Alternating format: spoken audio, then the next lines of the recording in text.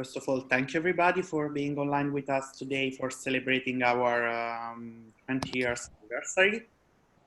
And as you probably already know and you saw in our website and in our media accounts, we are organizing those webinars in order to celebrate the 20 years anniversary of ALDA, considering that unfortunately following the lockdown we have been obliged to postpone our General Assembly.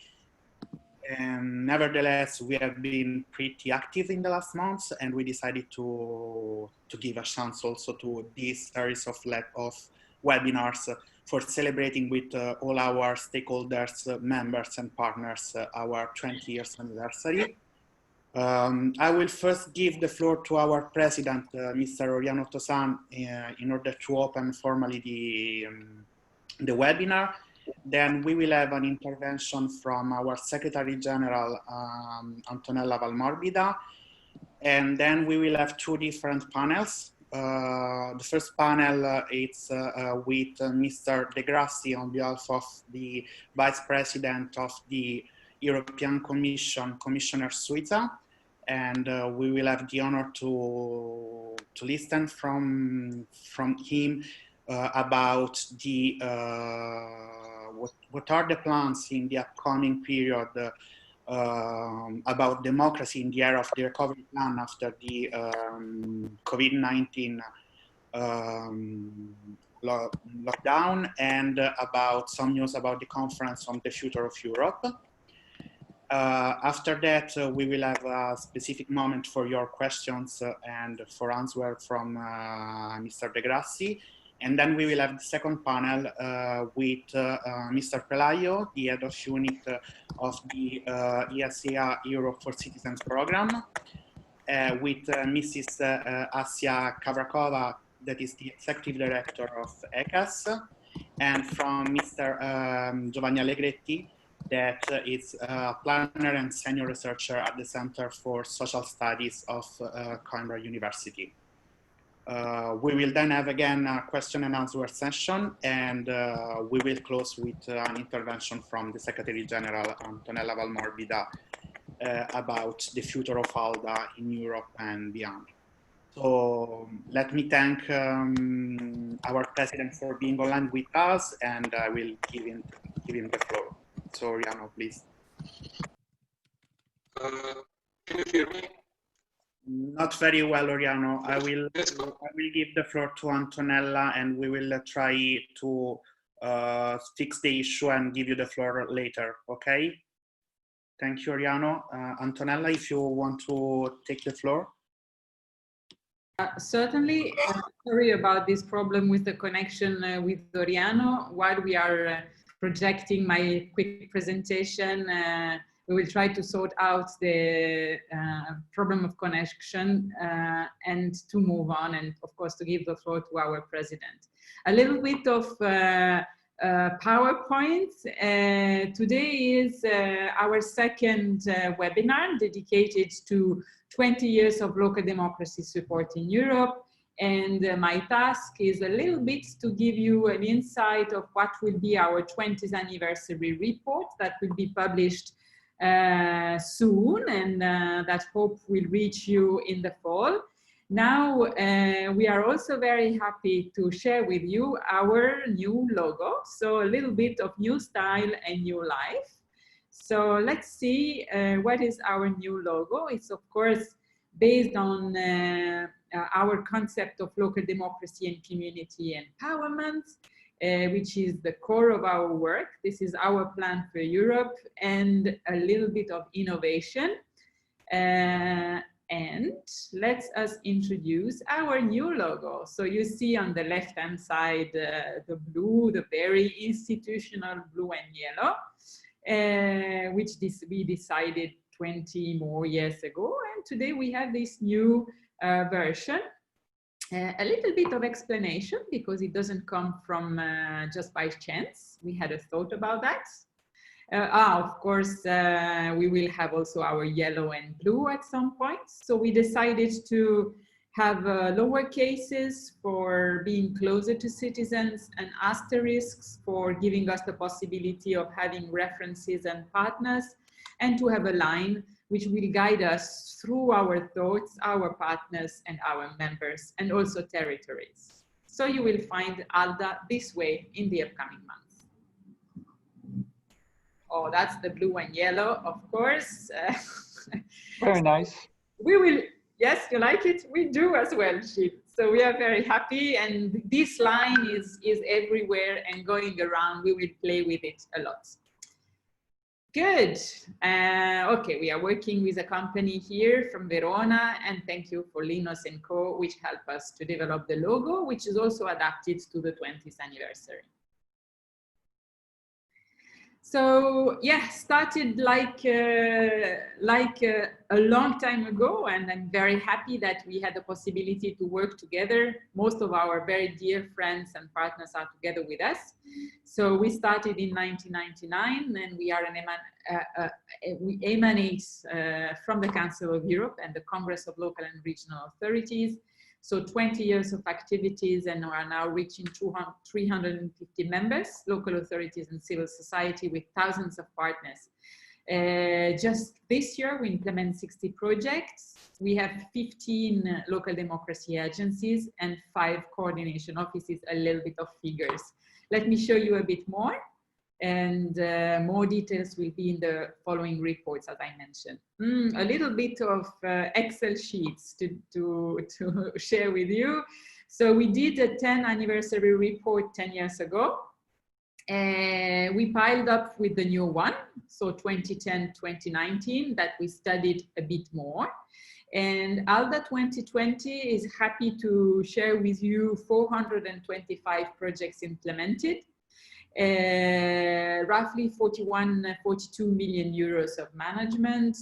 We have directly addressed more than 2 million people, and through indirect beneficiaries, about 25 million people throughout these 20 years. A bit also of an information, we have gone through a very constant work. I think it's also important. So you see the number of projects implemented year by year. So it shows to you that there's been continuity of presence with our members and partners. So regular implementation of activities. This is a bit budget-wise. That's the study of the last 10 years, so 2010-2019, with a very big presence of projects, 323. And also on the right-hand side, you see how much ALDA is conventioning and distributing resource to LDAs, our local democracy agencies, and to the members and partners. So we kept for our own internal projects, 45%, but distributed 55% to partners and members, which benefited a lot from the membership. Topic-wise, yeah, we tried. It's not always very easy because we have activities which are in between, but we try to give a topics to each activity. 26% of our last activities are dedicated to active citizenship and citizens mobilization practices.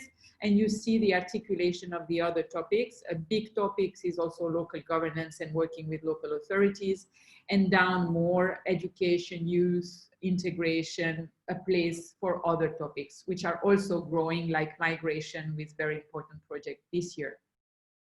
Of course, we want to pay a tribute to a great friend of ours, not only mine, but yours. Pavel Adamovic was the mayor of Gdansk, an outstanding person with us, member of ALDA, a very dear friend to me, who was assassinated more than a year ago. And that was an event dedicated to Eastern Partnership with friends from Belarus and Eastern Partnership. That was a civic event in Gdansk, and we remember Pavel in this presentation. A bit of articulation per countries or per area.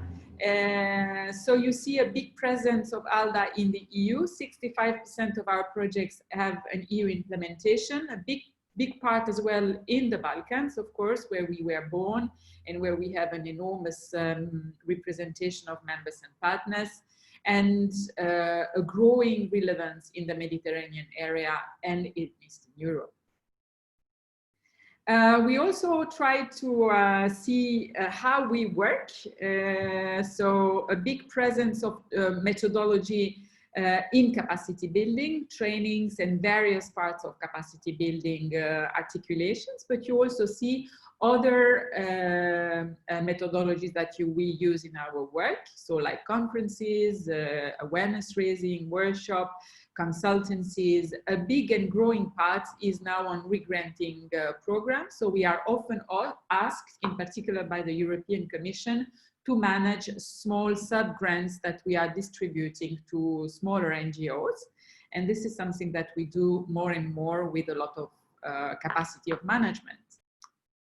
Oh, that's also very nice. So you see the beneficiaries. So we have from 2010 to 2019, as I said, more than about 2 million beneficiaries and 45 million indirect beneficiaries. And you see in the boxes and in the countries how many partners we engaged in our work. So they are not necessarily always members, but they are partners of our project implementation. And as you can see, we have plenty of them around Europe and beyond. We are very proud, actually. Of course, all what we do, us here and all the people online, of course, are implemented within the frame of the Sustainable Development Goals. I often say that we are all development countries, also us in the EU, and we are all working towards the 2030 goals that we decided all together. Those are mainly the goals that we feel more engaged in with all our projects: quality education, gender equality, decent work and economic growth, sustainable cities, partnership for the goals, also multi-stakeholder approach, which is ours, peace and justice, and the others. And in the sustainable development goals, we are going to, within this, articulate our strategic plans, so to make sure to contribute precisely to our collective endeavor.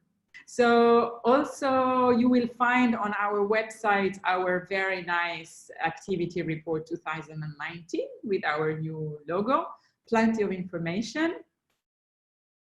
And this is also, of course, our local democracy agency reports. Our 15 local democracy agencies are very active at the local level.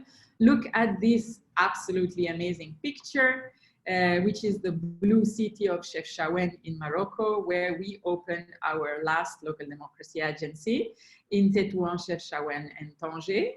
And that's all for my presentation, to introduce to you how much we have to celebrate together with you.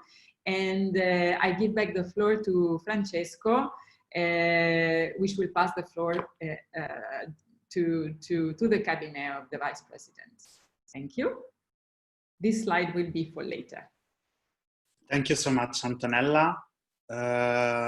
Thank you for the explanation and the presentation. Indeed, we had also a question about the logo from the audience. And indeed, we decided to change it because of the anniversary, but also in order to be updated somehow with who and what is ALDA today. Obviously, Antonella, if you want to add something on this, feel free to intervene. Yes, basically, we felt that we needed more updates with the style, and so we did a reflection also on communication tools, and we wanted to have something which was more appropriate to the times and to what we became. Indeed. Thank you, Antonella. I see that Oriano would like to take the floor if we manage to fix the issue with the connection. Yes, let's try. We can hear you now. Okay, you can hear me very well. So once again, I would like just to greet you briefly, and it's really a great opportunity to us to celebrate these 20 years of activities of ALDA, but our activity started before. Even before, in the 90s, when some local democracy agencies or local democracy embassies has been founded in the Balkans after the war. This was an initiative of Council of Europe. And based on this idea was that ALDA, as an international association, organization, become some kind of umbrella organization to coordinate the work of these LDAs. Now ALDA is still dedicated to development of local democracy agencies, but ALDA is now something else. ALDA is much bigger. ALDA has many activities, and based on these activities and area of our work, geographical area, we decided, because this is a problematic period, we decided to celebrate in this way, to celebrate without, at the moment, birthday cake, but to discuss some issue in some geographical area that we are interested to work and where we has been working. So just one interesting thing I would like to show you. I found here at home, this is from 2011 activity reports.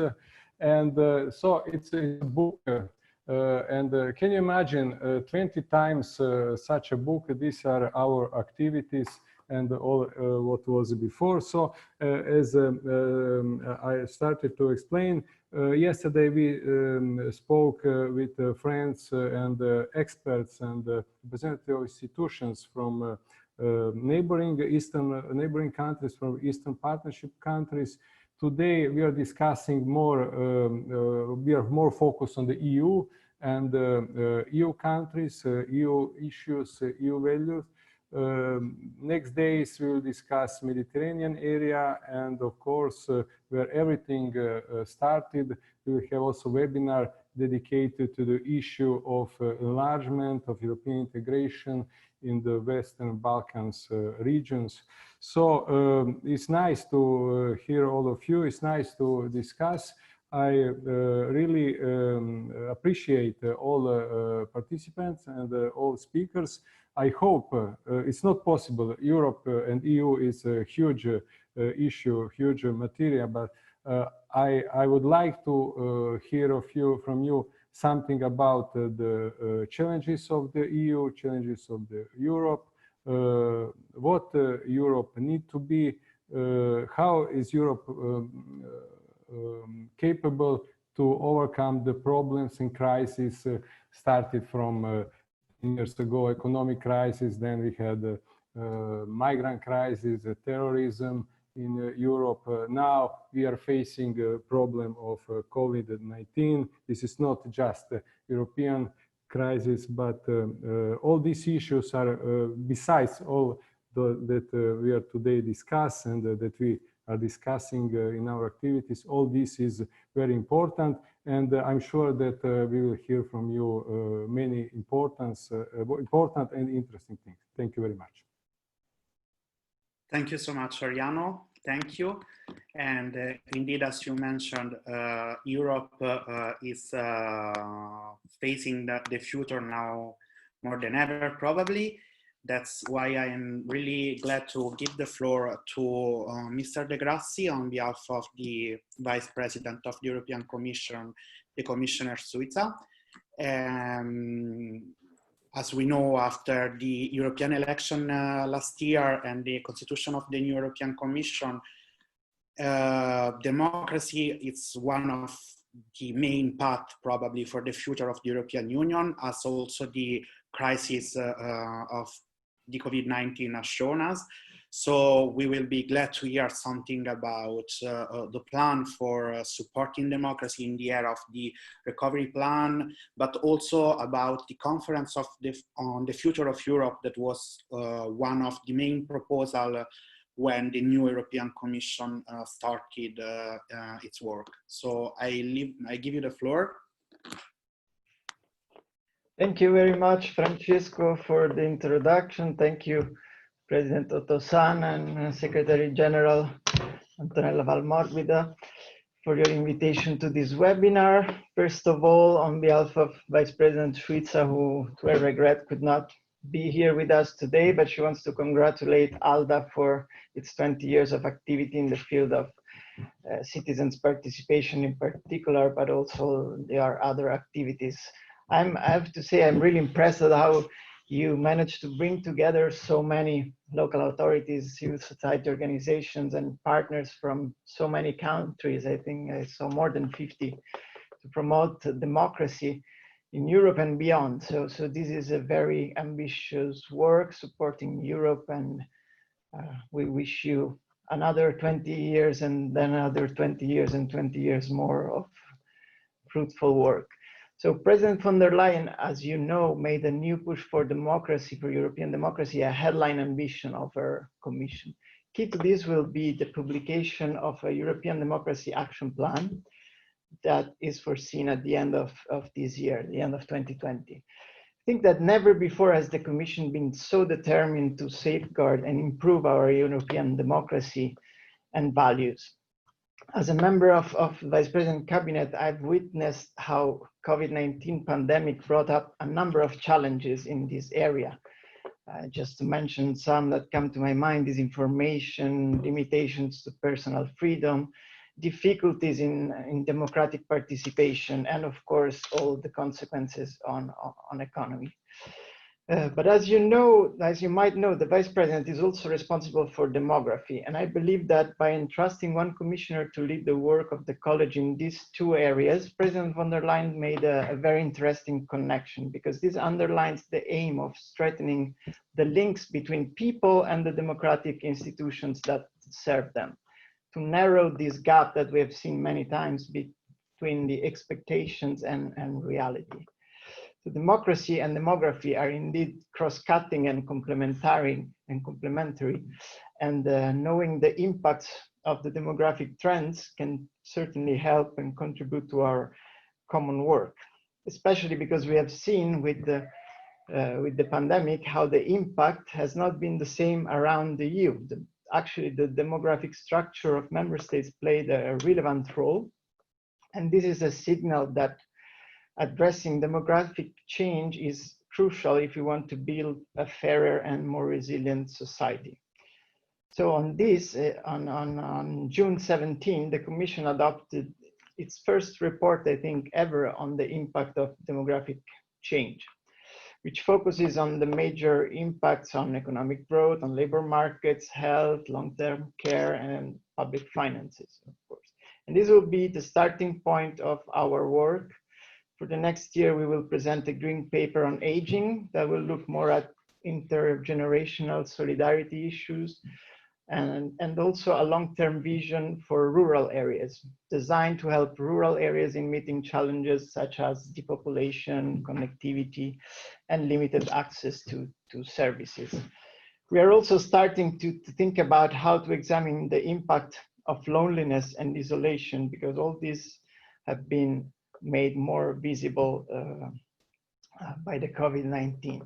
Of course, the pandemic also showed us the importance of solidarity. The European Commission has proposed a clear structural plan to lead us out of the crisis and into long-term economic growth, which is based on green and digital transition.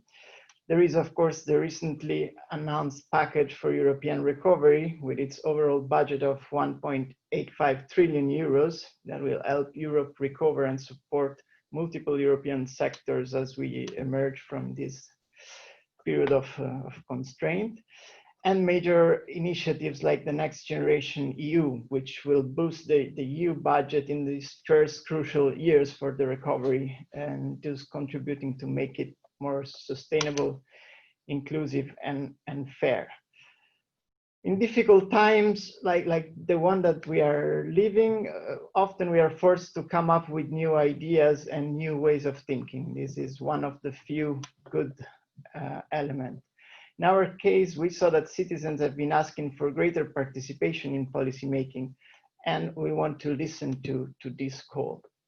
An endeavor like the Conference on the Future of Europe that will be launched in autumn, we hope, is a sign of this new thinking within the EU. The conference will be a major pan-European democratic exercise that will strengthen our representative democracy. Our ambition is to create a space for an open, inclusive, transparent, and structured debate with citizens on what the European Union does, and more than that, what the European Union should do for the citizens. And we want to involve in this debate really people from all walks of life and all corners of the European Union, and possibly beyond, and particularly those that very rarely or never engage with the European institutions. This is one of the main novelties of this exercise. The second important novelty is that we want the outcome of this debate to have a concrete, visible impact for citizens. The European Parliament, the Council, and the Commission together must lay the ground for this exercise. As you might know, on 24 June, the Council has adopted a position on the conference, which follows the one that have been adopted back in January by the European Parliament and the Commission. This is good news because now we can move to the last step that we need before we can launch such an exercise, which is a joint declaration of the three institutions that will focus on the scope, the structure, and the main principles of the conference. And let me highlight a couple of key points with this respect. First, we want this to be a truly joint endeavor, from citizens to civil society organizations, from local and regional authorities to national parliaments, from universities, I see Professor Allegretti here, to businesses. Everyone has an important role to play. Second, we want to make sure that ideas that are found in this debate, especially in local debates, that can be discussed then meaningfully at the European level and eventually be brought to the attention of the democratic institutions of the European Union. This is what we call the feedback mechanism. And it is a missing element, we think, of many previous experiences. So this mechanism must ensure that citizens can see at any time the impact that they are having on policy making. And President von der Leyen, in her political guidance last July, committed to follow up on what is agreed by the conference. So this will be the real benchmark for our success. Finally, very important, we don't want to preempt the outcome of the conference before we start the conference. So we would like citizens to be able to discuss all the topics that they consider important for them. Having followed many dialogues of the Vice President with citizens, and we mentioned before the meeting in Orléans with the local collectivities, I'm convinced that now new issues will come. For example, of course, healthcare and the EU response to public health crisis will have certainly a prominent role. Of course, there are many topics linked to the European Commission headline priorities, such as the Green Deal, digital, an economy that works for people, the role of the EU in the world, or our values and rights that will be prominent. And there will be another strand of discussions that will focus on how to strengthen our democratic processes internally, notably the Spitzencandidate process and transnational lists. To make it easier for all citizens to participate, especially in this difficult context, we are setting up an online multilingual digital platform that will ensure full transparency of debates. This platform is particularly important now that physical gatherings are limited, but also because we saw that technology has brought new challenges for democracy. Because of course, technology increased the interaction between citizens and politicians, which is very positive. But we have the drawback of misinformation, fake news that is now spread, and they're amplified much faster and much easier. So this is a threat to, we see this as a threat to our democracy and the credibility of our institutions at all levels. So we want this tool, this online platform, to be a one-stop shop where citizens can come to get reliable, fact-based information and all the contributions to the conference, as well as, of course, later on the results. So to conclude, dear members of ALDA and partners, this process, I think, has a big potential. It can lay the ground for a new type of politics. Certainly, we don't want to replace representative democracy. On the contrary, we want to complement it and make it more robust. But my key message for you is that we cannot succeed without a strong partnership with local authorities and civil society organizations. That is why I'm very happy to be here with you today. Your impressive pan-European and beyond network will be a really important partner for the conference. Together, we need to find new and creative ways to engage in meaningful discussions with citizens. I saw your logo with the line that connects the dots. That's exactly what I usually talk about: bridges, building bridges between the conference and the citizens, but the line is even better because it's more flexible. So now I will maybe start to use the line.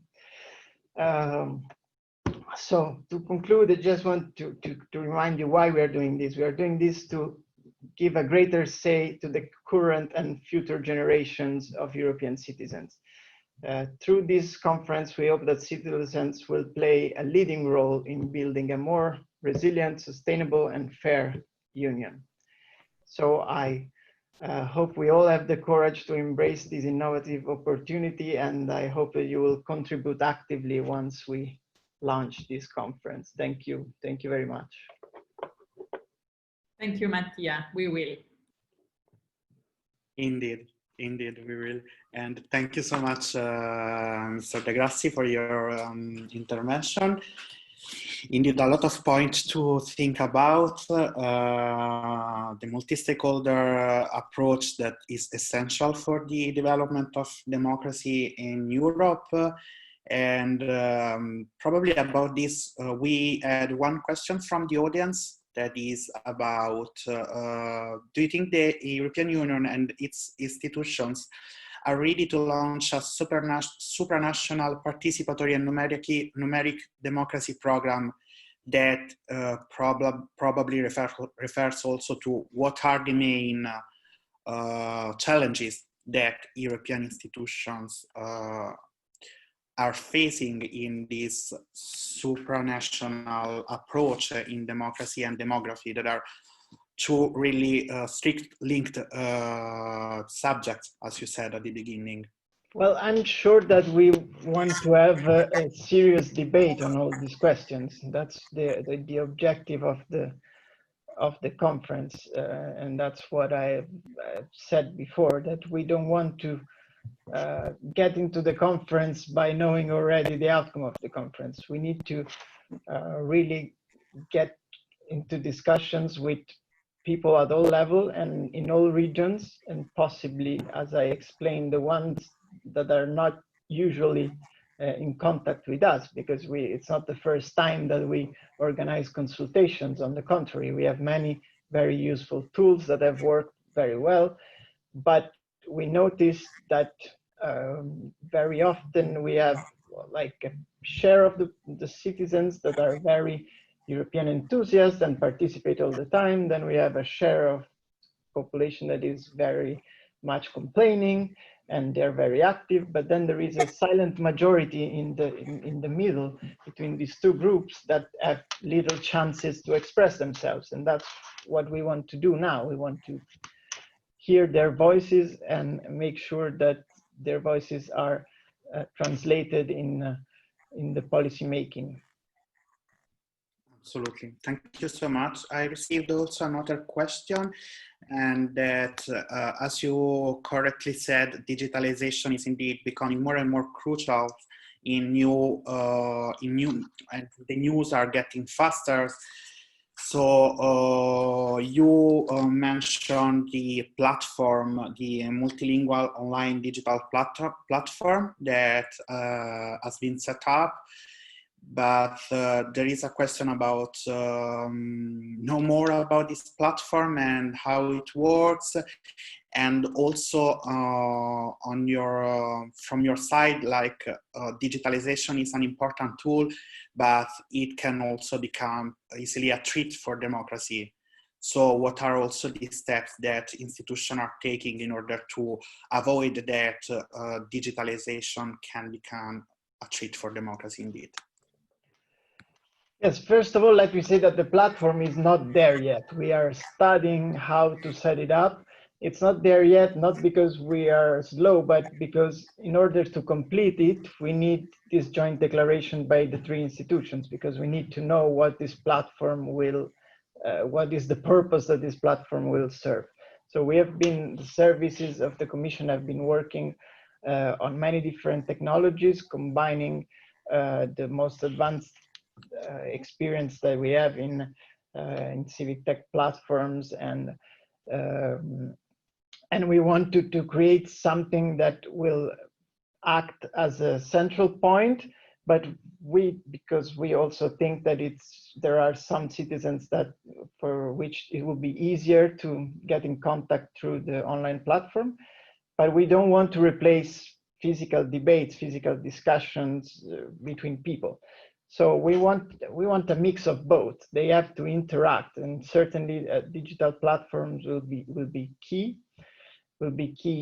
for to centralize the contributions, to make it transparent, to allow a maximum of people to participate, but also, as you said, to prevent these threats, because we will of course hopefully make a very secure platform that will not be subject to attack, or if there are attacks, we will manage to stop them. But in any case, we will publish everything. We will streamline debates, we will publish all the contributions, and we will publish also fact-based information about the European policies today, because this is the basis for a meaningful debate between people. They need to know what is going on, and can make their proposals.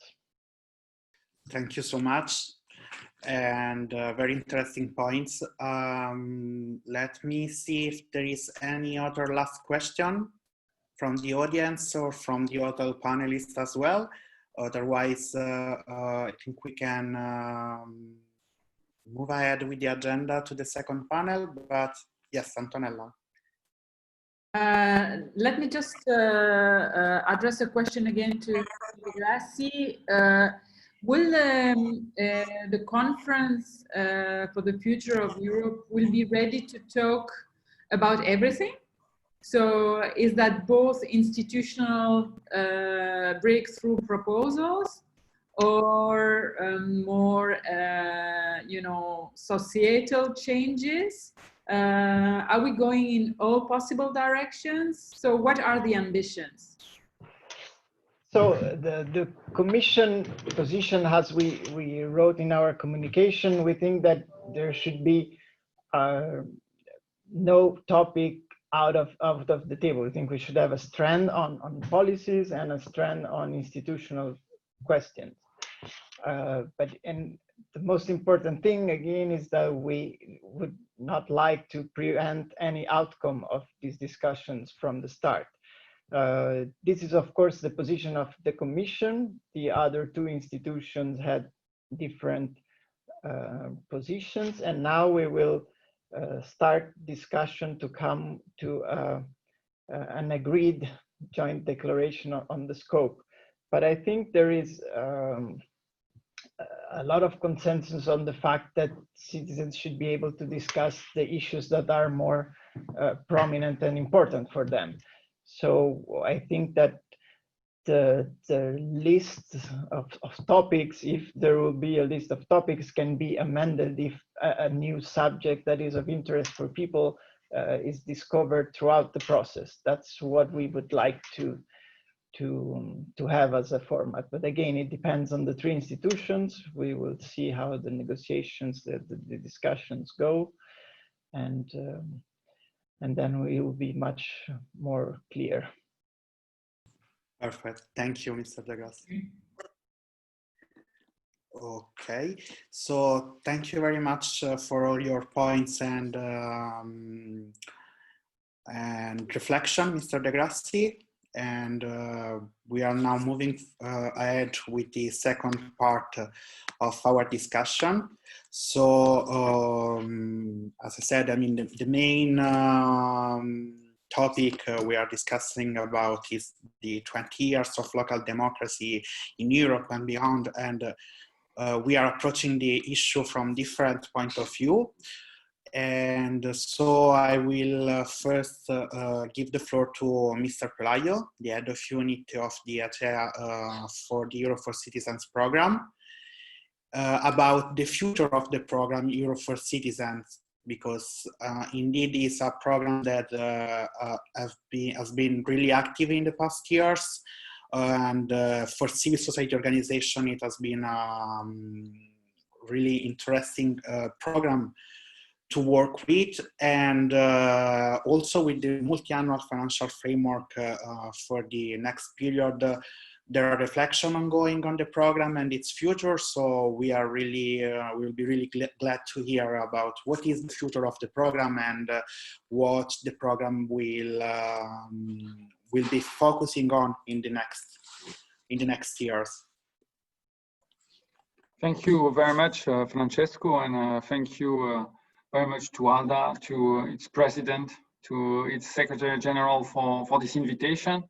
I'm very happy to be able to participate to the 20th anniversary of ALDA because it's maybe not 20 years of partnership, but a very long-standing partnership between ALDA and the Europe for Citizens program, which is a bit younger than ALDA itself, because it was born only in the years 2004, 2006. And indeed, it's quite fitting because the general objectives of our program, the Europe for Citizens program, which are to contribute to citizens' understanding of the Union, of its history, of its diversity, and to foster European citizenship and to improve conditions for civic and democratic participation at Union level, are totally aligned with the objective of ALDA since its inception, and since you know what we've seen, it's really aligned. Let's say 2 points really briefly today. Just where do we are now with the Europe for Citizens program, and then where are we going to? Where do we are in the overall panorama of the new push on European democracy, let's say put forward by the new Commission, by President von der Leyen. Of course, the Europe for Citizens program is only one of the many elements, one of the many pillars or bricks in the wall advancing European democracy. The program, as many participants probably of today's webinar know, is relatively modest in size, and we've got roughly 27 million euro in yearly commitments, let's say, of yearly budget. But with that, we do many things, and notably, it's implemented through 4 actions, let's say: European Remembrance Project and civil society projects with civil society organizations on one side, and town twinning and network of towns projects on the other side. So as you see, also very much the same mix as ALDA in terms of balancing local authorities and civil society organizations. Today is the last year of the implementation of the program 2014-2020, And notably thanks to partners such as ALDA, we can be proud that we have reached several million citizens also with our program. We do so both with action grants and operating grants, which is nice to provide some midterm visibility to beneficiaries. Operating grants. We cover EU member states and the Western Balkans, which is a large part of the countries covered by ALDA, even if it's a bit narrower. Over 2014-2019, that represented no less than more than 12,000 projects submitted to us, and we have selected more than 2,000 projects and supported 2,000 initiatives and projects since the beginning of this current program in 2014. So I will stop here. Let's say the snapshot on the situation, but as you see, democracy, and in the case local democracy, is also at the core of our work. Looking ahead at the future, where do we stand? In May 2018, more than 2 years ago already, the Commission proposed a new Justice, Rights and Values Fund to sustain open, democratic and inclusive societies. So with two pillars, with two legs, so to speak, the justice programs and the rights and values program. So as you see, the values dimension was very high on the agenda of the budget proposal from the Commission. And this rights and values program would be the program contributing to empowering citizens to sustain open, democratic and inclusive societies through the protection and the promotion of the rights and values enshrined in the EU treaties, let's say. One of the components, which is called the Citizens Engagement and Participation Strand, is effectively the successor to the Europe for Citizens program. It is coupled together with the, let's say, currently system programs, the Rights, Equality and Citizenship program managed by DG Justice, and the Daphne program. That's the program that works on fighting violence, notably violence against children and women. So in this framework of the Rights and Values program, you have a continuation of our program, of the Europe for Citizens program. So the situation of the proposal of the Commission is that quite fortunately, the co-legislators, the European Parliament and the Council, have already found a common understanding on the compromise text for the future program. So like many, let's say, budget proposals in Brussels, everything is suspended to the high-level political discussions on the next financial perspective and on the fund, the regeneration fund. So we'll know only in the coming weeks or months if let's say the program, as it has been conceived and provisionally agreed between the co-legislators, will go through. But let's say at least we had a sound basis of a compromise. The program will have many of the same features of the programs that we have now in terms of mixing support to local authorities and to civil society organizations.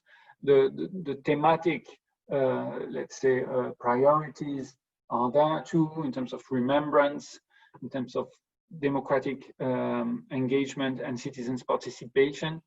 A strong emphasis has been put, in particular, by the European Parliament during the interinstitutional discussion on support to local civil society organizations, particularly in the context of a reported shrinking civil space in some areas of the Union.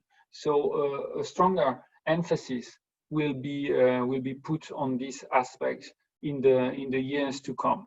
That would be the novelty to be highlighted for the coming months and years. The program has been renamed by the European Parliament and Council. It's now called the Citizens Equality, Rights and Values Program. So it's nice that the citizenship name survives, so to speak. And effectively, it is a good opportunity to exploit the synergies with the other programs that I've mentioned, the Rights, Equality and Citizenship on my side, Daphne, and to have a bigger critical mass to work on those issues. In terms of figures, we're talking about amounts that are comparable to what we've known over the past years. There have been tough discussions on the amounts, and they will continue probably over the coming months and weeks or months. So we'll see about this. In a nutshell, that's what I could say on the future of the Europe for Citizens program and its successor, the Citizens Equality, Rights and Values program. With the elections of the European Parliament in last year, in 2019, there's been a very strong mobilization of the civil society across the Union, and with the opportunity of the Action Plan on Democracy, there is a chance to keep up the momentum and not to lose, let's say, any energy in between two European elections, and that is, we hope, what the Citizens Equality, Rights and Values program will allow to do through the support of grassroots initiatives like we've been doing over the past years. Thank you. Thank you very much, Mr. Pelayo. And I can see we have already questions coming, but let me give the floor also first to Mrs. Kavrakova from ECAS, to see also the point of view of civil society organization, and in particular considering also your expertise, Assya, like the role of democracy. Also, as we talked before this topic, what is the role of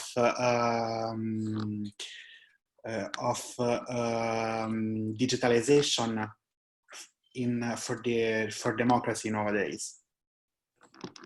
Thank you very much for your kind invitation. I would like to say big congratulations, happy birthday, ALDA, and I wish you, and ECAS wishes you many more times of 20 years hard work for local democracy in Europe and beyond for the benefit of citizens. We have been collaborating with you, and we are looking forward to even more in the upcoming years. ECAS, as you know, is a very much of a citizen-centric organization. Our mission is to empower citizens to exercise their rights, EU rights, the rights that derive from the European citizenship, also linked to citizens' participation. One of our distinctive features is that we work with civil society organizations, but also with citizens directly. For example, only last year we provided legal advice to more than 28,000 European citizens throughout Europe on how to exercise their EU rights. We also have a network of members, about 140 members, about half of them are civil society organizations. So we are, as being citizen-centric, of course, we are following and watching out how the tendencies in citizens' wishes and demands change.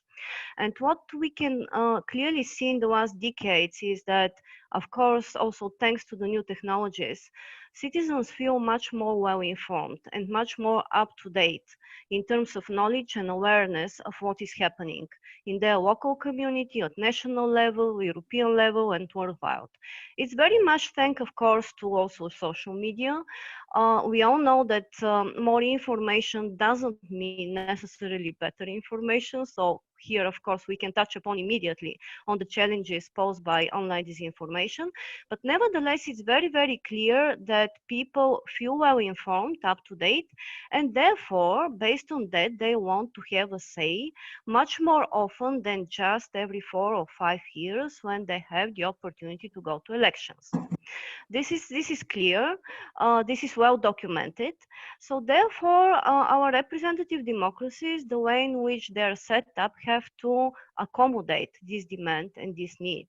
And we see that if this doesn't take place, and when it doesn't take place, there are other forces like populist movements that are taking advantage on this demand for more direct democracy elements in between elections.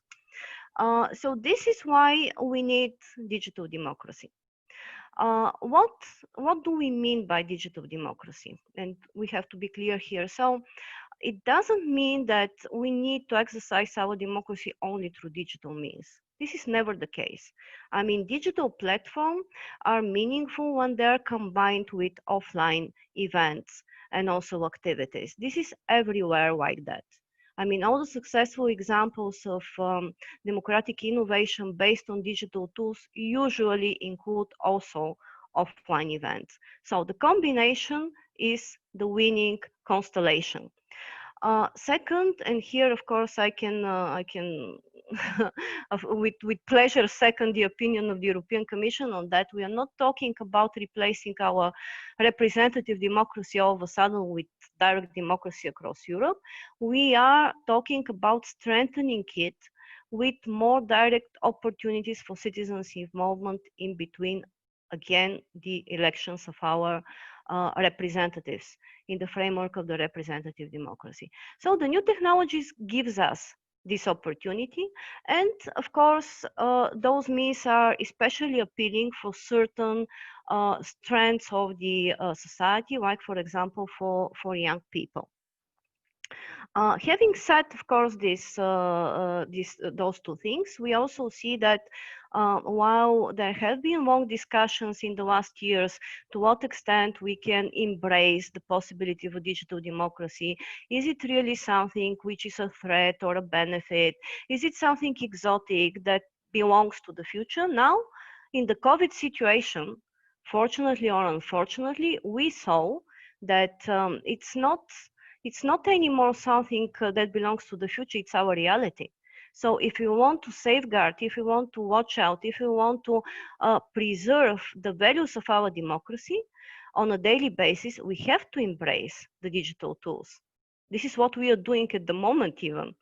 So the COVID crisis in some strange ways are, I think, pushing us towards this direction to be a bit more open, to go out of our comfort zone and to see how we can benefit from those new developments. And as a matter of fact, there are quite a number of examples that show us that those digital democracy innovations, let's put them like this, can strengthen our democracy. And there are interesting examples from local level, from national level, even from European level, although more limited.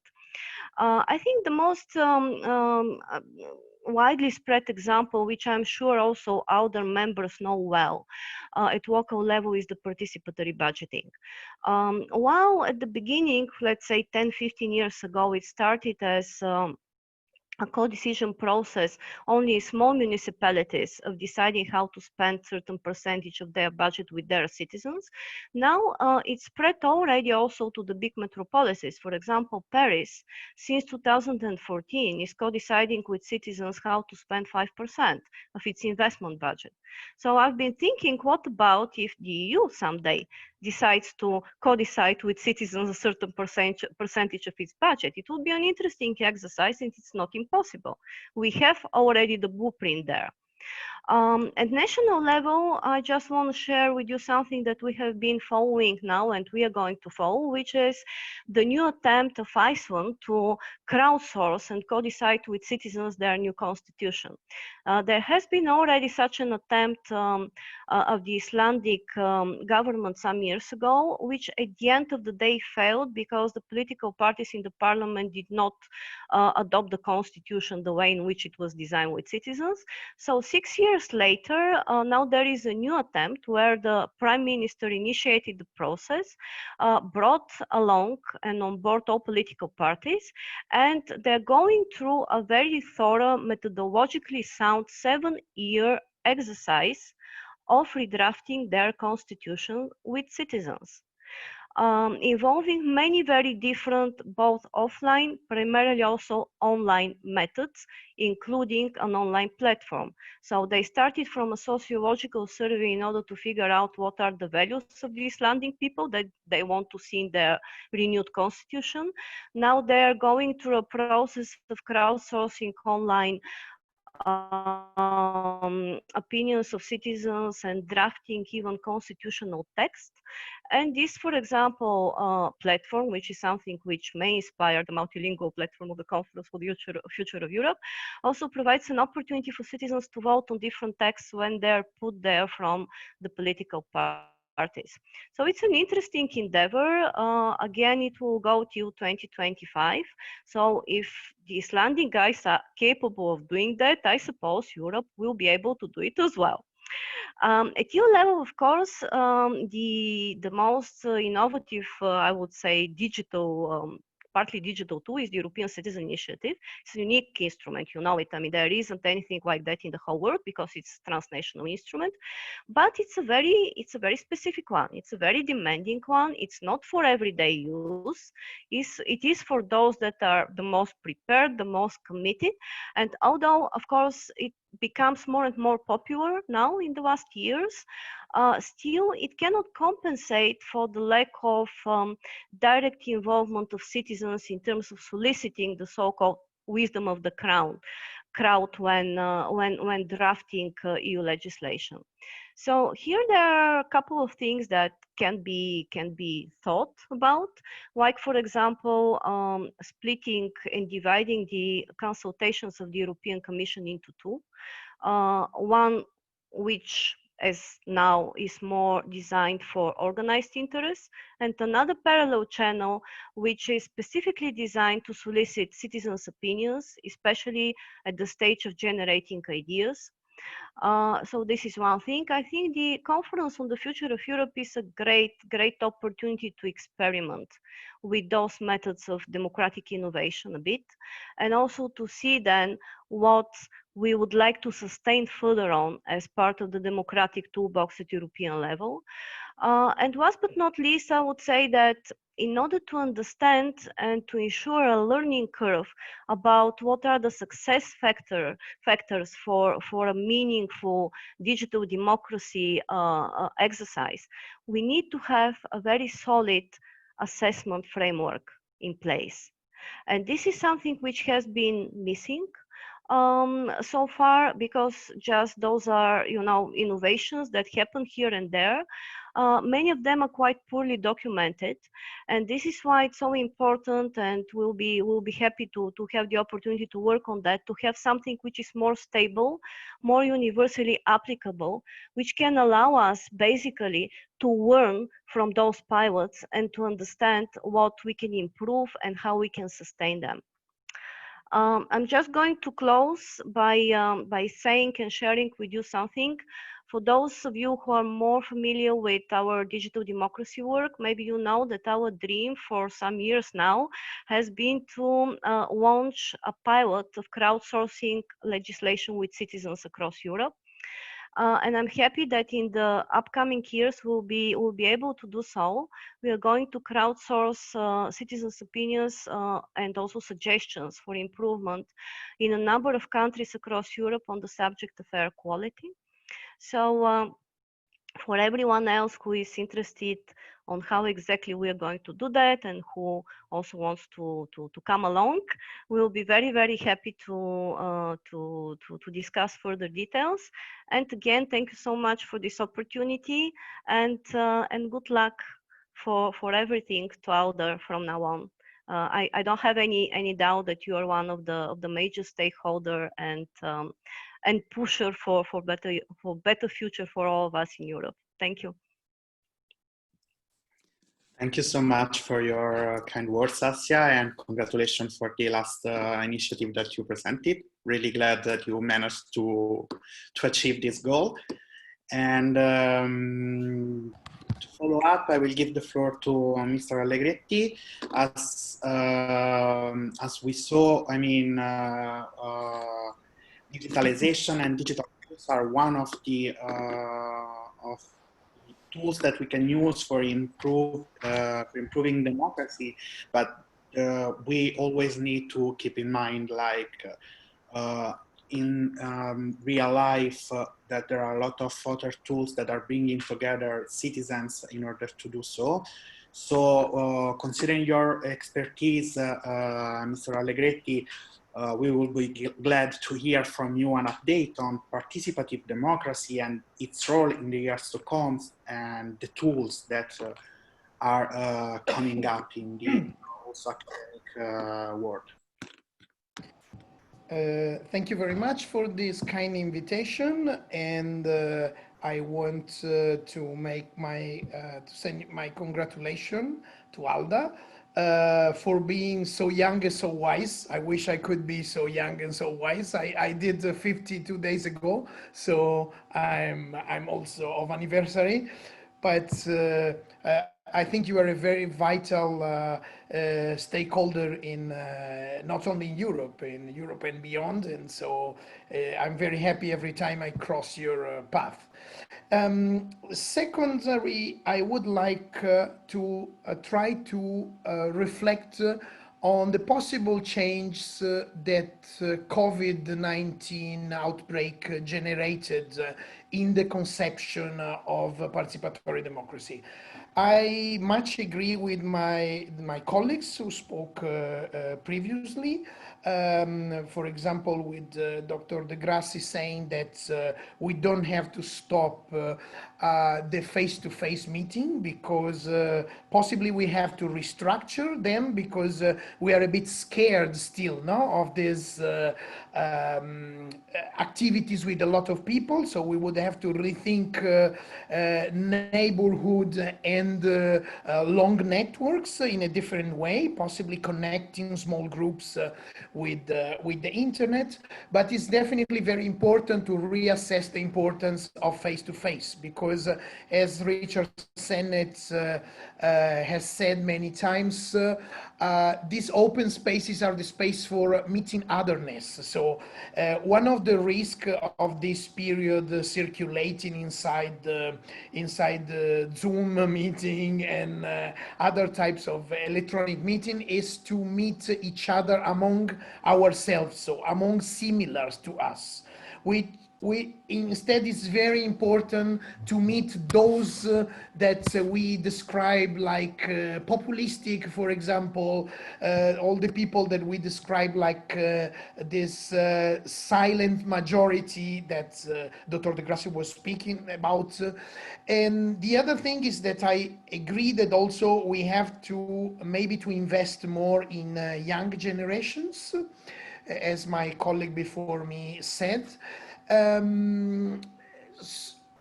This period of COVID was somehow a test to the functioning of participation, and it showed that participation cannot separate the two phases. One is the the sociologist Ibarra called participation by eruption, so people conquering spaces for raising voice and votes, and participation by invitation, those ceremonies that are organized by institutions and that in many cases suffer of the double pathology of liberal democracy, in the sense that if people do not trust representative democracy and participatory democracy is organized by them, they will not trust also participation. So it's very important to see the two sides together. And I think in this period, the participation by invitation did a step back. We had around the world a global paralysis of all the process of participation. I know in Portugal we have more than 1,000 processes going on, all those of schools, because we have a compulsory participatory budgeting for high schools, and also 300 municipalities, and maybe 20 went on just with the technological dimension. The others stopped waiting for better times. But it's true that participatory democracy did not stop. We assisted to a lot of forms of activism, ludic activism, no? The activism of balconies, people singing and projecting movies from the balconies. On the other side, we had all of this solidarity activism, a lot of crowdfunding. In Italy, we counted more than 40,000 crowdfunding initiatives in this period. And then we had also all this neighborhood group that have been helping vulnerable people, especially aged seniors. And many of the department that normally deals with participation by invitation stopped, and they have been put on working to connect and maximize the effect of spontaneous activism. So I think that we lived this change of prevalence in participation, and now we need a sort of strategic activism. It is rethinking participation from the point of view of what happened in these months. And why this is important? Because I was talking about methods. Now methodology must change, because technology is not cannot be the base for everything, because it fed up our lives with an excess of technology in every activity we do, from school to work. So participation is another one, and possibly many people would not look to it with interest. At the same time, we need the otherness, so we need to remix face-to-face, but face-to-face is still psychologically difficult, because it scares us meeting other people. So we have to rethink the methodologies, but we have to rethink, I think, also contents. Because my hypothesis is that we became more exigent during this period. We have discovered that our neoliberalism destroyed our welfare states in many countries, and possibly we would like to be part of the reconstruction. We discovered that the standards of housing are not fitting with emergencies, because they need more activities and more different people to live together at the same time in small spaces, in spaces that need more internet, more quality of technology than we had. So possibly many people will not accept to restart their participation on the base of the previous process dealing with neighborhood. Neighborhood dimension was very important, because it was the only, our visual limits in this period of lockdown. But we must connect it in larger strategic activism. So I think it's important to rethink also contents. Let's imagine what will happen with the new poverties, the new exclusion that the economic crisis is generating after COVID. So possibly we want to be part of the solution of this problem. Okay, so we have another third element where we have possibly to rethink, and this is scale.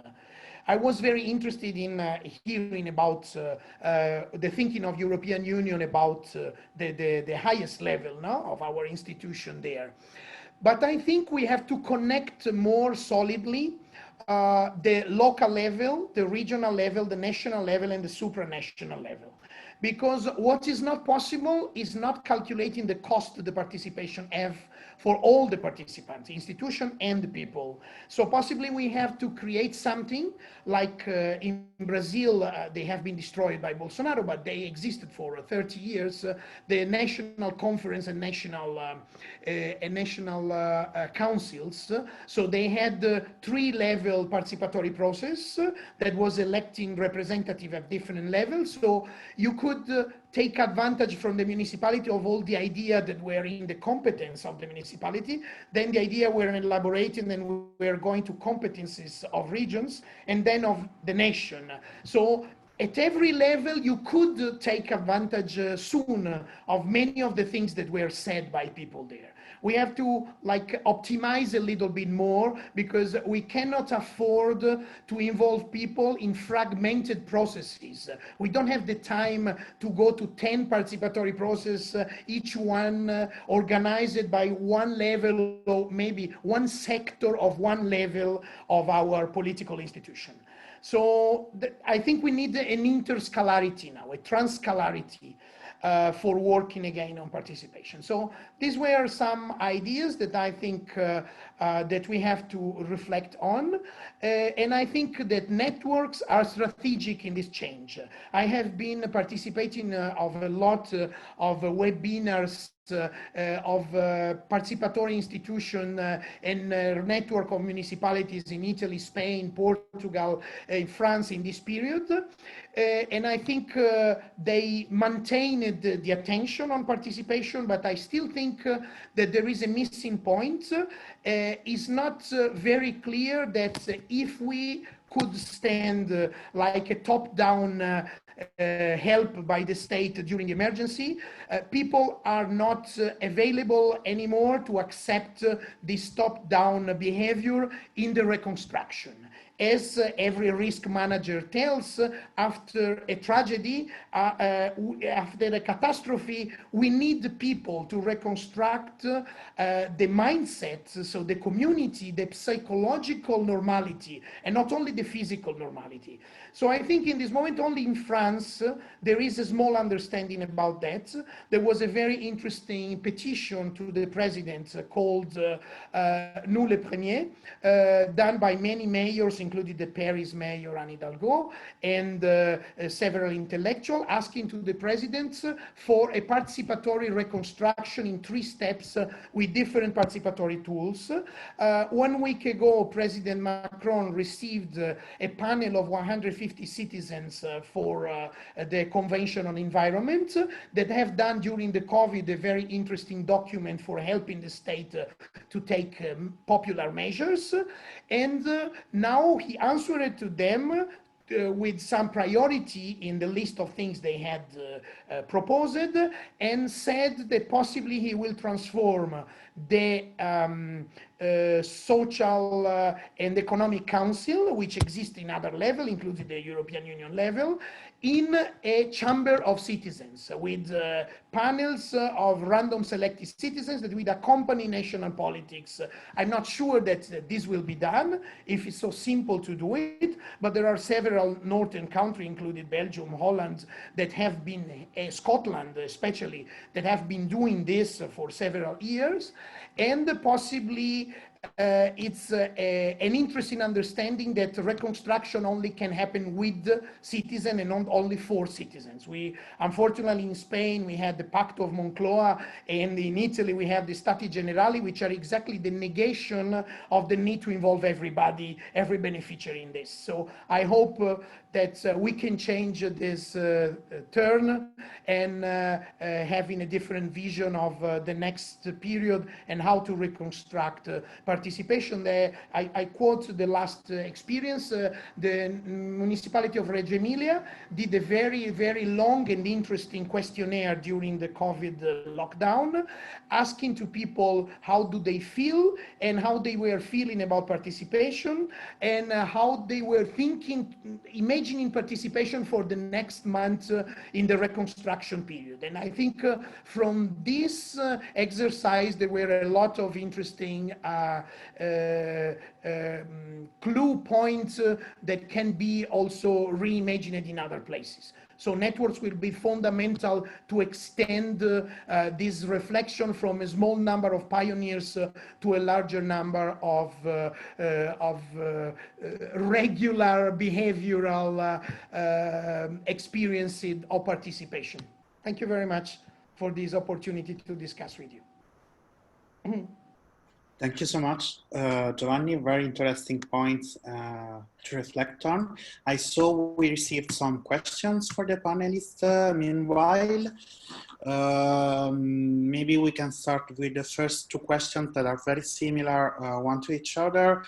And I think they are addressed to Gilles, and they are about the budgeting issue for the new citizens' rights and values funds that seem to be reduced at the beginning, while now we are talking about proposing again the same amount that was proposed at the beginning 2018. So I think it's it can be a request of clarification on where we are standing now on this from the multi-financial framework point of view. Yeah, thanks, Francesco. There was a proposal in 2018, then there was the revised proposals from the Commission, lowering it. But in the meantime, you know, after several discussions, reactions from the stakeholder, in its proposal for the draft budget 2021, the Commission has pitched it again at the level of the 2018 proposal, just to be accurate. So we know the context. The context is that of you know, competing demands, particularly in the post-COVID situation. So we'll see what the two branches of the budgetary authority do with it. But that's the proposal of the Commission in any case. Thank you. Very clear. And so the next question is to Assya, and it's referring to the proposal you presented on civil society budgeting, and how do you think this could be concretely implemented at the European level? Well, I mean, apparently the European level, as well as any other level, cannot decide all of its budget with citizens. But I think that this could be done for a percentage of its budget. For example, even allocated for citizens project. Why not? I don't know what Gilles thinks, but why not co-decide with citizens how to spend the next budget for the Euro for Citizens program, for example. So I think that the methodology is there. I mean, it's done already at other levels. So it's not so difficult to be done also at European level, but of course there should be a political will for that. I mean, we haven't discussed this seriously with European institutions yet. I have just been testing the waters here and there a bit to see what the reaction would be. The reaction usually is silence for now, but you know, sometimes if you want to achieve something, you just adopt the strategy of the Chinese drop and you wait for the right moment in order to put something which is more sophisticated and meaningful. Maybe Gilles can basically say how he sees such an idea, let's say, not proposal really, but just an idea. Thank you so much, Assya. I don't know if there is any other question from the audience or from the other panelists, or any reaction to the intervention. Just to pick up on what Assya said, through the Europe for Citizens program, we have supported several projects around civic techs, around e-democracy in particular, together with ECAS, with Assya. There was this very nice project called EU Crowd on crowdsourcing at the European level that she mentioned. So as she made plainly clear, the sort of technologies and the proposal are indeed on the table now, and it's a promising avenue for the European level to join this. To be fair, also we should say that at the European level, in terms of efforts of transparency, in terms of effort of participative democracy through the European Citizens Initiatives, we don't have to be ashamed. Let's say the European level of governance with you know, consultations, etc., is quite advanced already. But it's true that there are still some interesting projects for pilots out there that could deserve a serious study, perhaps for the Europe for Citizens program or its successor. I don't know. Can I just add something? Basically, that's true because I mean, of course, at the European level, you usually have one challenge more, which is the multilingualism. It's not a small challenge. But for example, the European Citizen Initiative now has a multilingual collaborative platform called the European Citizen Initiative Forum, which is providing advice and support and help to those brave citizens who dare to initiate European Citizen Initiative, including legal advice and campaigning advice, and also opportunities to link with others who have similar thoughts or ideas. So the European level already has a multilingual platform, and I really do hope that whatever would be done in the framework of the Conference of the Future of Europe would basically be built on the knowledge and experience, because it's already 3 years since this platform is functioning, of the ECI forum as well. If I may intervene, I wanted to underline that experiences of scaling up of things like participatory budgeting exist already. There are, if you look the new World Atlas of Participatory Budgeting in the world, which is online since 1 week, you can notice that there are already 6 or 7 countries that have been scaling up participatory budgeting with an involvement of different type of involvements of central government. In Portugal, this week appeared a new, we had a very famous Beep Zip program for the vulnerable area of Lisbon, which received a lot of awards for 10 years. And now I'm in the jury of this 10th edition. And in the same time, the central state announced to have been scaling up this program at national level. Okay, for cities in the framework of a new housing policy.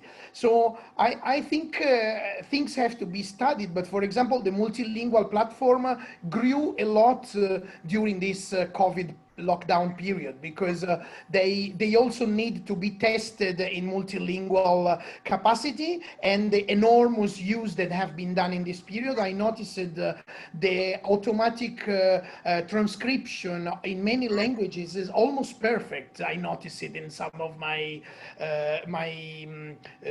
conferences and meetings online. So I think maybe it's the time to try to avoid to use this as an excuse not to do it, because we need 2 things. One is, as Assya was saying, political will, definitely.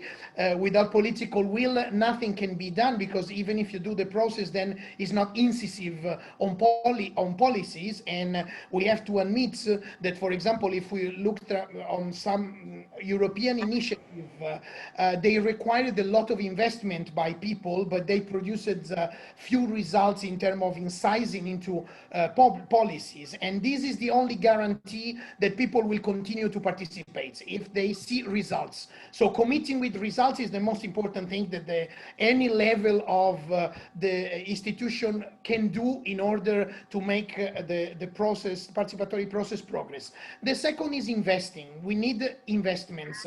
It's not possible to imagine the participatory process will not cost. They need skilled people to conduct them in order to avoid to enter in a populistic debate that has no way out. So we need platforms, we need multi-language. So if you believe in participation, you have to invest on it, as you invest in every other infrastructure for other policies. So that, I think, it's fundamental. Thank you. Thank you so much to all of you for bringing such interesting points to the discussion. I saw that maybe Oriano, do you want to intervene? Yes. I think that there is no excuse in this period for lack of local democracy, lack of civil participation, lack of transparency, because there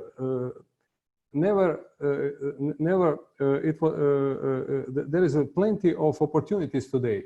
Never has been easier like today than today to create a platform for communication. Digitalization gave us plenty of opportunity. And I think all of you also spoke about digitalization and opportunities for citizen participation. So the only problem is how to focus on the interesting issue and how to focus on the people who are interested. I think this is the issue. Now there are tools, there are instruments, there are plenty of possibility. But if you don't have citizens who are interested, then there is a problem. So I think this is the issue, how to create more interest of the citizens. We had a few days ago election in Croatia with less than 50% of the voters coming on the election. So that's a sign that something is not good. No. So I think this is to be discussed in the future, how to create more interest in participation, because digitalization gave us plenty of opportunities. And just to say something to our members, I would like to address them that, and somebody told, I think Professor Allegretti told that ALDA is something also beyond Europe. So, and indeed, ALDA is going, and ALDA idea for the next 20 years is to become more global than is today. So to become, it's not easy, of course, it's not in our strategy that we are now creating for the next 4 years, but our idea is that ALDA really become a global alliance, creating a platform together local authorities and civil society organization to work together. And so this is our new issue. And I invite our members to participate also in this process. We are now launching the process of participation in creation of our new strategy for the next 4 years, and is planned to be adopted in the next General Assembly in October. So everybody is invited to participate, and all the ideas that we already prepared will be available to discuss. Thank you. Thank you, Oriano, also for raising the point on our General Assembly. And Assya, do you want to? Yeah, I mean, if I can just, if there is time, of course, just for 1.5 minutes to share experience, I just want to ask even Antonella to tell me whether you at ALDA have seen the same. So for us, last year, I mean, this year, of course, is not indicative because of COVID, but last year we have seen something really unprecedented, which was huge increase in citizens' activism. I mean, we saw it through the elections, through the number of the elections, but not only. Usually, for example, we are providing legal advice to EU citizens throughout Europe. Let's say in the numbers 19,000, 20,000. All of a sudden, last year, for the first time in 20 years, we had an increase of more than 45% of the inquiries of citizens on their rights. It's the same with European Citizen Initiative. For the first time last year, there were more citizen initiative registered than the first year after the entry into force of the regulation, when, to be honest, citizens were quite enthusiastic but didn't know what the hurdles are and what really it entails, which is not an easy task to launch a citizen initiative. So this kind of citizen activism and in a way boost, of course, made us think what exactly is happening and whether there is a momentum there, and if it continues and sustains, then whether European stakeholders, institutions, but also organizations like ours have the capacity to meet those demands as well. So I have no idea whether from where you stand, how things looked, at least last year. I also don't know whether this will, we will see something like this again when things go to normal. But that would be very, very interesting basically to hear whether you have experienced something similar. Thank you, Assya. And yes, I mean, we can see that from all the discussion that we had this morning, there are a lot of points that we can reflect on. So indeed, the approach, the multi-stakeholder approach, as one of the main point to take in mind while programming the future. Adaptation to tools for citizens engagement that are going alongside with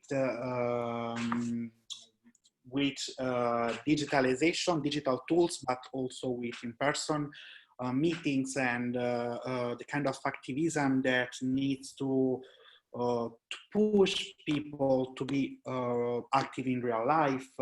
And more than now, we can see also that these kind of reflections are valid for communities all over the world that are that have a strong interconnection. So there are not communities that absolutely not related or linked to the other communities in the world. So a lot of points to reflect on, and probably this is the right time also to give you, Antonella, the floor to present also the future of ALDA and our reflection in this sense. Thank you very much, Francesco, and thank you very much, everyone, the panelists and also the participants who shared with us their thoughts about the state of affairs today and how they see the development of local democracy and citizens' participation in Europe and beyond. I will soon use a last slide to tell you where we are going to. As Oriano mentioned, we are developing our future 4 years strategic plan. I would definitely agree with Oriano, but also with Giovanni, who has a sort of polar nights behind him, or some kind of Van Gogh sometimes atmosphere, which I liked a lot. Yeah, a couple of things about reacting to what you said. Yes, there is no reason, and it's not time for saying, oh, there is no need for citizens' participation because we can't meet. So that's probably not the good answer to the situation. Actually, I would say, and responding also to Assya, there is a big need of answers. There are immense needs and needs in finding solutions for our complex and complicated lives. In big cities, in cities as well, in environmental challenges, and now on the top of that, it's the COVID situation and the challenges when it comes to economy. So in these big needs, you need a lot of instruments. And if the regular politics is not giving proper answer, there is a need in finding some other tools. And we know that participatory processes can give this kind of tools. So we are approached, and that's what Assya mentioned. We are approached for finding solutions. We are not approached for activating participation. This is not the way the people are approaching us. We are telling them, and we are working together for finding new resources, for finding new solutions which are applicable and which are working, which are sorting out solutions. So by approaching us, communities, mayors, various kind of stakeholders, they ask us, can you help us to find solutions in job creation, in educational matters, in sorting out urbanization? Can you help us to find new resources? And we say there is a way where you can unlock these potentials. And this is real, serious citizens' involvement. And this is what Giovanni and I are working on these things. You know, we are actually practitioners. And as he said, and Assya as well, if it's done in a certain way, it produces solutions. It produces new resources. And that's why people are approaching us for more solutions which are sustainable and more inclusive. People, and I would then go to my flower, the big challenge for all of us is that basically people now want effective solutions.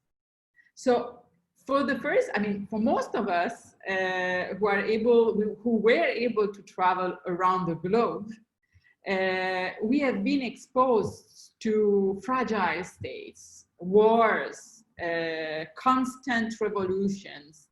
I mean, as an MP, a Spanish MP said, outside of Europe, hace mucho frío. It's very cold outside Europe. I mean, life is difficult.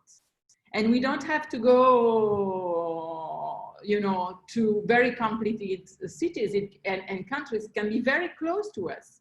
Even the Balkans, it's very cold out there in the sense that life is very complicated, job-wise, sanitary speaking. The state is always on the brink of collapsing. So for the first time, Europe has experienced, after many, many years, a sense of being very fragile. So us Europeans, which we are spoiled by definition in these last years, in these last decades, because the European projects protected us, we have been exposed to an explosion, I mean, of situation never experienced before. So now the people we are working with, they ask us to be really effective, because now we are not only talking about job and unemployment and that there is a potential unemployment coming up. Now it's extremely serious. So I think that for all of us, it's a great opportunity to show that what we are doing is not vague philosophy. It's actually solution oriented. And we can show that through our actions, we solve situations and problems. This is our flower together. We are going to, as Oriano said, discuss a much longer strategy with our members online, which I thank a lot, is 45 people online after 2 hours. So we want with ALDA and together with you, get back to some of our proposal here. We need to be connectors. And as Giovanni said, platforms and networks. We need to get back, we need to be the connectors between communities, between the EU projects and all what is important in this and the communities. We need to build together with our members inclusive communities, because the gap is increasing. Those who are able to go through this crisis, and the crisis will be 1 year at least, and not only 45 days of lockdown, the crisis will be much longer. So we need to make sure that this gap won't increase more and more and more. I mean, those who are able to serve and navigate through the crisis because they have big reserves in many ways, also intellectual reserve, also, you know, possibilities of investing in money and so on. We need to be inclusive and bring on board the weak part of our societies. Otherwise, the European dream will just collapse. Resilient communities, we need, and we work with local communities, with local authorities. They need to be ready to be resilient. And in this, ALDA has an added value, because we are working with a lot of communities which have suffered all, you know, all their life. I mean, our friends from the Balkans, from one revolution to another, from one war to another, our colleagues from Ukraine, from Armenia, our colleagues from Algeria, from Tunisia, other communities also which are going, constantly going through difficulties, and they show and they will help us also to go through this resilience. So how to react to crises, that will be very important. We need to also to include in our work economic development, as Oriano often underlines. We need to connect local democracy to economic and social sustainability. That goes together, because good democracy is economic development. And there is no way to disconnect these two things.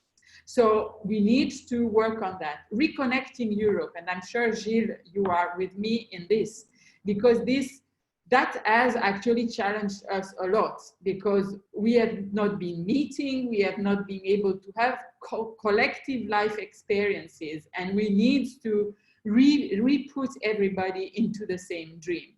The last part of our flower, but we will have more, is environmental challenges.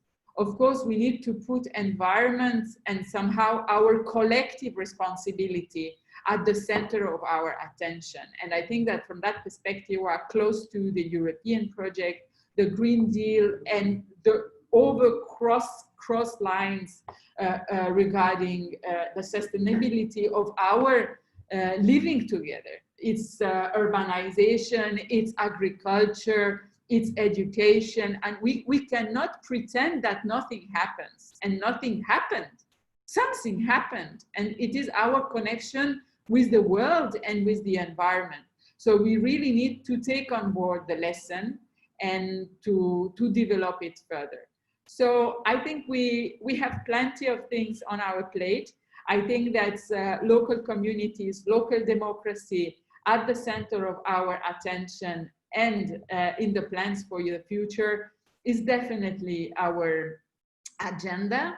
We can have the last slide and then we can conclude. I think there is just some words of for closing this event. Thank you very much for your attention. We care about our members. We care about the panelists today. We have all immense esteem for your work and how much you are contributing genuinely to the cause. Thank you. Thank you, Antonella. Indeed. Thank you very much, and thank you to all the speakers, from Mr. De Grassi to Mr. Pelayo to Mrs. Kavrakova and Mr. Allegretti. Thank you, Oriano, for being online. Thank you to our colleagues that supported us in the organization of the event. Thank you, everybody.